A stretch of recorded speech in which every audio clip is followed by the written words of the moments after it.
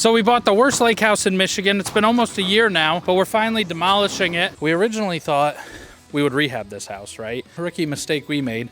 We had the whole inside of the house demoed thinking we were going to remodel it, and then decided to just knock it over. So we spent, I don't know, a couple $1,000s, $5-6 grand on demoing the whole house, dumpsters, all that we now didn't need to spend.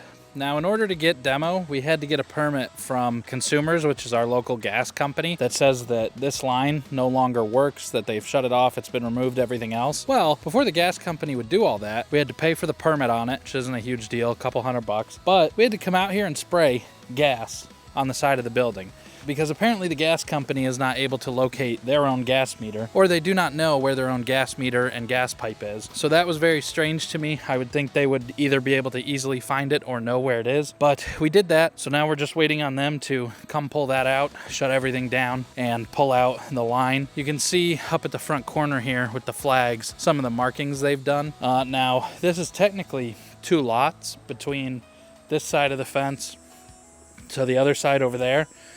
We originally thought we would rehab this house, right? Then once we started realizing maybe we should knock it down, and then we figured out we were gonna knock it down, we said, all right, we have 2 lots, let's build 2 houses. So we went to our architect and we had him draw up the plans for 2 houses. And then he came back to us and said, guys, you can't build 2 houses here. I'm like, I got 2 lots, why can't I build 2 houses? He goes, this house here is somewhat in the middle of the 2 lots. Because of setbacks, which is how close or far you can be from the property line and the property next to you, we couldn't fit another house here and have this house here. And since we're rebuilding on the same foundation, there was no way for us to get a second house here. So we scrapped that idea and we're just gonna rebuild the 1 house.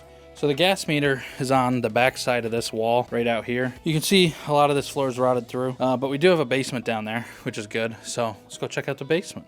Now, originally, when we bought this house, a lot of this was just full of debris, basically you could call it. And we did not realize how open everything was until we came in and cleaned it out. I mean, you can see daylight everywhere through here, through the roof, through the floor, through the siding, through everything. Now, that was also blocked by drywall and things, but once we got all the furniture out of here, and we got the demo done, it just became, you know, pretty apparent that knocking it over might be the right thing to do. This door, we actually can't get to close, and we're filling this in, so it doesn't matter anyway. We put this, I mean, very heavy old laundry tub in front of it, so nobody can get to that anyway. Now, this is your water meter, and we've got that all shut off, all disconnected. This was an old well pump that no longer works. When we shut off and disconnected all this, some of it ran out. Not a big deal, we'll dry it up. You can see some of it ran out over here, just through the pipes, but up here is where you've got your gas meter coming into the house and making its way to your water heater and your furnace. Eventually, they'll rip all that out. And once that's all ripped out, that should be the last thing we need, and then we'll be good to demo. So part of the reason it took us so long because we had to do what's called a variance. We went to the city and they said we could not build a house where there was already a house on the old foundation. I'm like, well, a house has been there for 98 years. Are you sure? And they were like, nope, the building envelope has moved since then, so you can't build your house. And I was like, so you're telling me if I knock this house over, I can't put the exact same house back in the exact same spot? So I went down to the city and they were like, well, you could request a variance. We had to submit all our plans, all our surveys, all our permitting, licensing, insurance, everything to the city, and then we had to sit in front of a panel of 9 people and we had to plead our case on why we should be allowed to build a house where there's already an existing house. And you know, we got unanimous approval from the board, but it took us quite a while. Finally got the variance. They're allowing us to build our house where our house was, which is a crazy statement, and then we're good to go. So we're gonna knock it over. We had a ton to go through with plans and permits in the city and everything else. Now you guys are gonna get to see us take this house down. It was finally demo day. We were ready to bring in the excavators and knock this thing down in an hour. And obviously, this only works if you don't have a skid steer or a bulldozer or something, which is what we tried to get, but they are all booked out at every place around us until January. So that wasn't an option. So there's a couple main tools that we use here. The first one, the pry bar, is for when you need big leverage, a lot of torque, and you can really pry with this, right? So a big pry bar. Now next, you've got sledgehammer. You've seen them whacking at the walls, whacking at the studs, everything else with this. Now, we've got 2 different weights here. This one, pretty hefty one. This is, I think, 16 pound. So think about a 16-pound bowling ball. That's this, right? And you're whacking that at the house, you'll build up some arms pretty quick. So next, you've got your circular saw. right? There's no battery in here. Pull the guard up. You can see a nice blade on there. Run it straight through. It'll cut it apart. Next thing you got, Frank's is a monster. This thing's way too heavy. You've got, because it's Makita, it should be DeWalt. This right here, it's got a blade on the end. Those teeth, just run it through the wood. It'll cut through the wood. It'll cut through the nails. It'll cut through the metal sheathing. It'll cut through all that. So these are a little bit more of your finer tools when you want to control it a little bit more. You can see up here, they've taken the roof off, the shingle off. So as soon as all that's done, we can knock the trusses out. Once that's done, we can push the walls down to the side. So that's kind of your first step here, is getting this off, getting the addition off. And then if you come around back, you can see from the back corner of the house to where Frank's standing at the front of the house, you can see that it was built into the hillside, because this has 2 or 3 course of block to the siding, and that siding's ground contact. The other thing we got to do is knock all this wood off this, because we've actually got a pretty nice stone patio here. So in the new build that we're building, this is going to be your master bedroom, and there's going to be a slider here. So that sliding glass door is going to open up to this nice patio, and as soon as we take that tree out, you can see the lake. Living room will be on this side, and that's going to have a sliding glass door so you can see the lake. And the master on this side is going to have a sliding glass door so you can see the lake. And from the master in the living room, you can walk out onto your patio, hang out by the lake.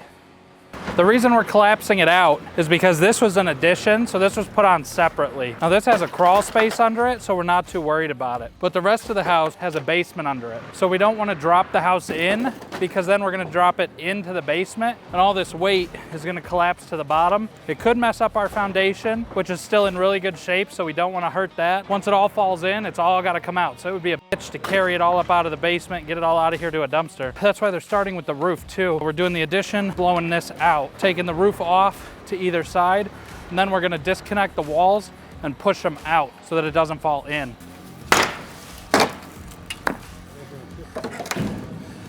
Imagine your house is just going to stand without any of these exterior things here. It's still going to stand.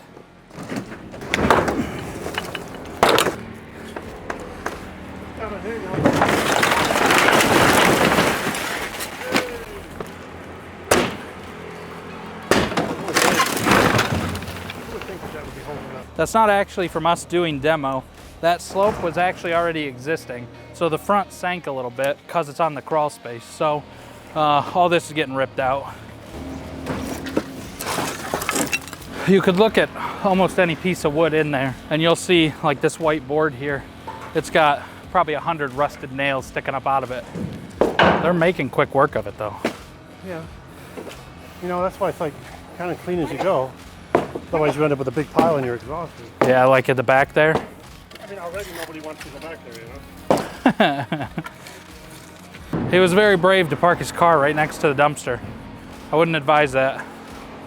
Frank and I had to run to the store real quick. We had to grab some caution tape. We had to grab no trespassing signs. And then we had to grab a couple of these stakes here. So the reason we do that, as soon as these guys are done and they knock all this over, the basement's gonna be the only thing left. So it's gonna be a big hole in the ground. Now, we're in a residential subdivision. There's kids playing across the street and everything.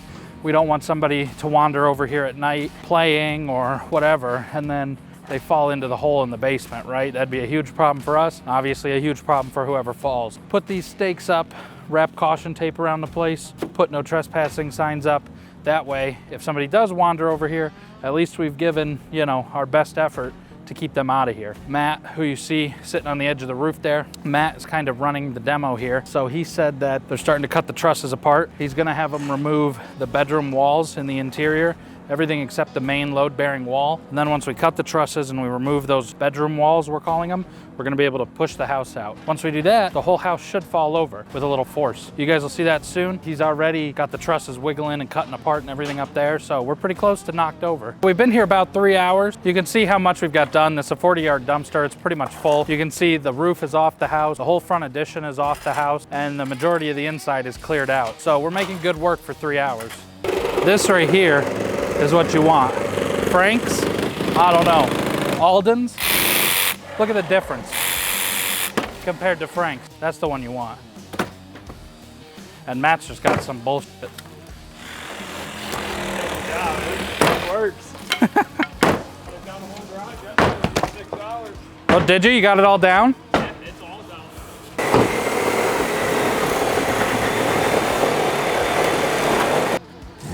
Oh.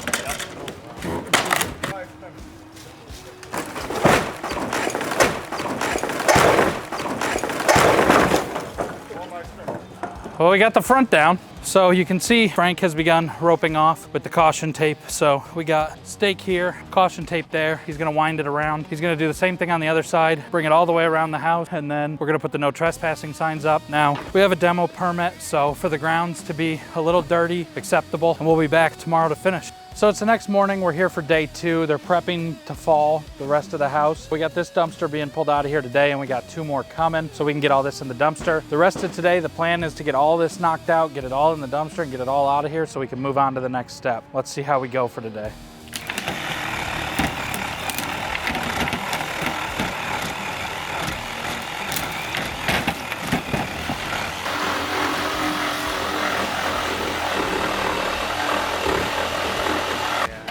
But you obviously can't hit it from inside the house. I know. On the top. There it goes.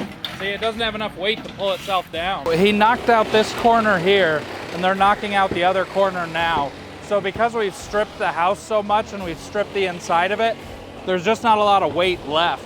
So as you can see, it will fall, but with just a little bit of support, it's not holding that much weight anymore. So they got to cut out the other corner, drop the supports, and then it'll fall.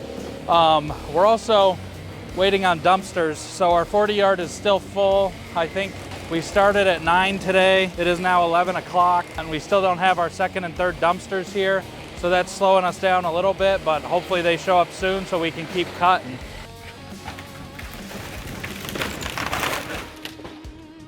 You can see how much we've taken down, and this thing is still standing.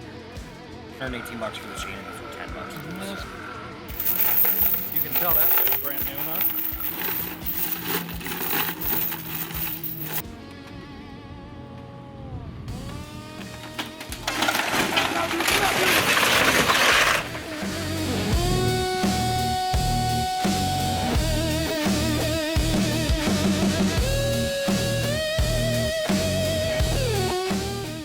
So it's 1 o'clock and our first dumpster just got here. This is a 30 yard. They're gonna drop this one off. We're still waiting on them to come pick up the 40 and swap it out for another one. But at least we got one of our dumpsters here. We can start filling this up while we wait on them to get the other one.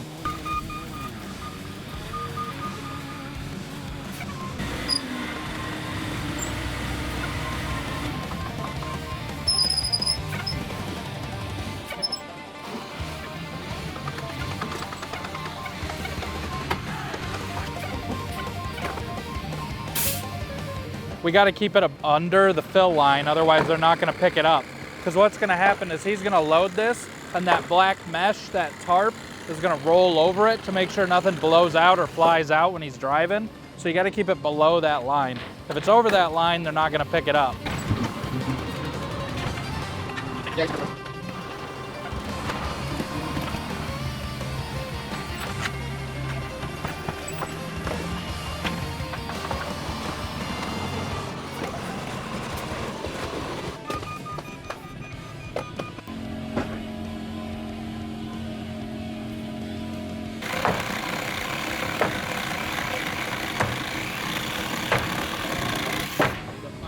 It took 5 days of brutal manual labor in a sub-freezing temperature, and it took us over 6 30-yard dumpsters. As you can tell, there's almost nothing left to this house. They're on probably the last day, maybe one more, of cleaning up a bunch of this stuff, and then we're gonna start on the rebuild. So the first step of the rebuild is we need to put a block, one course of block around the perimeter, just because things are uneven and ripped up, right? So we'll put a course of block around the perimeter, and then from there, you might be able to tell it's freezing. And then from there, we'll go back up with the wood, the framing and all that. The wood, the trusses, all that are supposed to be delivered next week. We'll get going on the rebuild, but as you can see, we're pretty much demoed. The last couple things to clean up, throw in the dumpster, and then we're done. If you wanna see the next episode, follow along for the series. And if you wanna see episode 1 of this project, click right here.